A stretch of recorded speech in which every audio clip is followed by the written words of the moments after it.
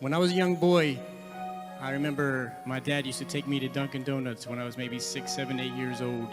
He would meet some businessmen at Dunkin' Donuts early in the morning before school, and I'm sitting at the counter with my dad and all these important business people. But all I remember is I would get this cinnamon bun. I don't know if y'all remember Dunkin' Donuts used to have these big cinnamon buns, and they put the little stick of butter on top of the cinnamon bun, and by the time they bring it to you, the butter's just sliding down the cinnamon bun. I can taste it right now. That cinnamon bun was so good. And I remember sitting there with my dad and watching him in his suit talk to all these important people. My dad was a salesman. He worked for Motorola. We had all these nice things. I grew up in a good home, and I grew up thinking, I want to be just like my dad. I want to be just like my dad. And those words replayed in my head years later while sitting in a jail cell, strung out on heroin with nothing left but pain and regret. I wanted to be just like my dad. I mean, I grew up with two loving parents. I had the resources I need. I had gifts. I had talents. I had good examples. I had all these things. But I'm sitting in a jail cell for the second time wondering what happened to the when I grew up, I want to be just like my dad. For as long as I can remember, I'd been searching my whole life, it seemed like, for something. I'd been searching for fulfillment. I'd been searching for peace, for love, for joy. And finally, at the age of 22, I found it. It was heroin. At the age of 30, I wound up living in a drug house, a crack house, basically. Living in a crack house. I'm a heroin addict, and now I'm a heroin addict and a crack addict. I began stealing and writing bad checks. My mom didn't know where I was, no contact with her, and she's praying. I don't mean praying for a couple days. I don't mean praying for a couple weeks. This woman prayed for years. For years, not knowing where I was, not knowing if I was alive. Those bad checks eventually caught up to me, and once again I ended up in jail. And my mom could sigh of relief because she knew where her son was for the first time in years. The first week of jail is rough, but when you're coming off heroin, it's really rough. And maybe things have changed, but back then they wouldn't give me anything but ibuprofen. And ibuprofen don't touch heroin addiction or withdrawals. It doesn't even come close, but you still take it because you're an addict. You'll take anything.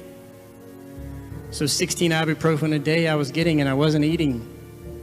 And so as the story goes, one night the nurse comes in, in medical, and I get up to go down to get my 4 ibuprofen, and I faint. I just fall out. I wake up a few minutes later, a little disoriented, look down, she's still down there, so I say, well, all right. I get in line and I faint again. This moves me straight to medical very quickly, where my blood pressure was so low, they had to take me out of the jail to a hospital. I'm in and out of consciousness at this time. I don't even know what's going on, but I wake up with shackles on my ankles and wrist. I can feel the metal. I got all these things attached to my chest and arms, feel like needles poking me. I'm probably at 90 pounds at this point. Frail, sick, cold. I got blankets all over me, but I'm freezing. I'm in pain. I'm sick. I'm hurting.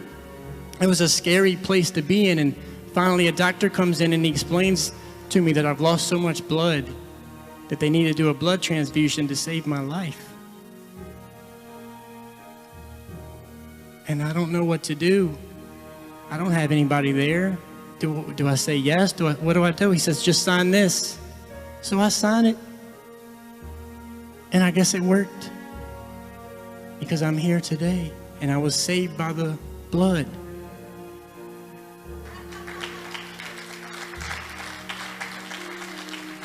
A couple months after the hospital ordeal, I'm sitting in my cell, and I'm contemplating my life. I'm reflecting. When you're in jail, you do a lot of reflecting. And I'm looking at my life, and I'm thinking about what I've done and my decisions I've made, and I'm thinking about I almost died. And up until this point, I never went to church. I didn't grow up in church. I thought church was just a place for perfect people. And so I'm sitting in my cell and I'm sitting there. I don't know what to do, but something says, try God.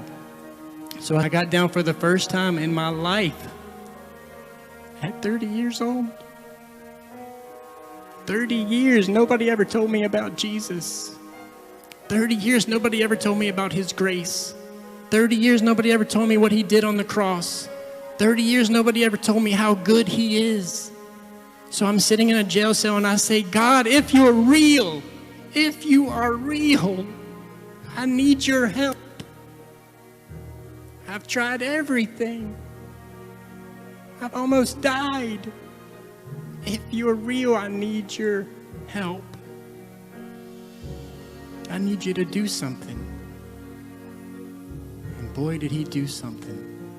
I was facing 2 years. I only got 12 months. He made a way for me to get out, go into a discipleship home, go into a ministry where I had a place to live, food to eat, clothes to wear, and it changed my life. It was probably 3 months into that place where something finally clicked. And the verse I credit to is, do not be conformed to this world, but be ye transformed by the renewing of your mind. Even though it's been a long journey and process, I wouldn't change a thing because it made me who I am today. It prepared me for this very moment. In that time, I got married to a beautiful woman. We had a son, he's 7. And 4 weeks ago, we just had a daughter. God's grace is sufficient. You don't have to be perfect to experience God's grace. You don't have to have it all together. You can experience God's grace. And his grace is sufficient for you. One thing my son and me love to do is go to Dunkin' Donuts in the morning. And we may not get that cinnamon roll. I don't even know if they still have them. But we do get a donut. And we talk about life and business and father-son things. It took me over 30 years to grow up and be like my dad. Over 30 years. And now I have the opportunity to be that example for my son that my dad was for me. And I hope and pray that one day he says, I want to grow up and be just like my dad.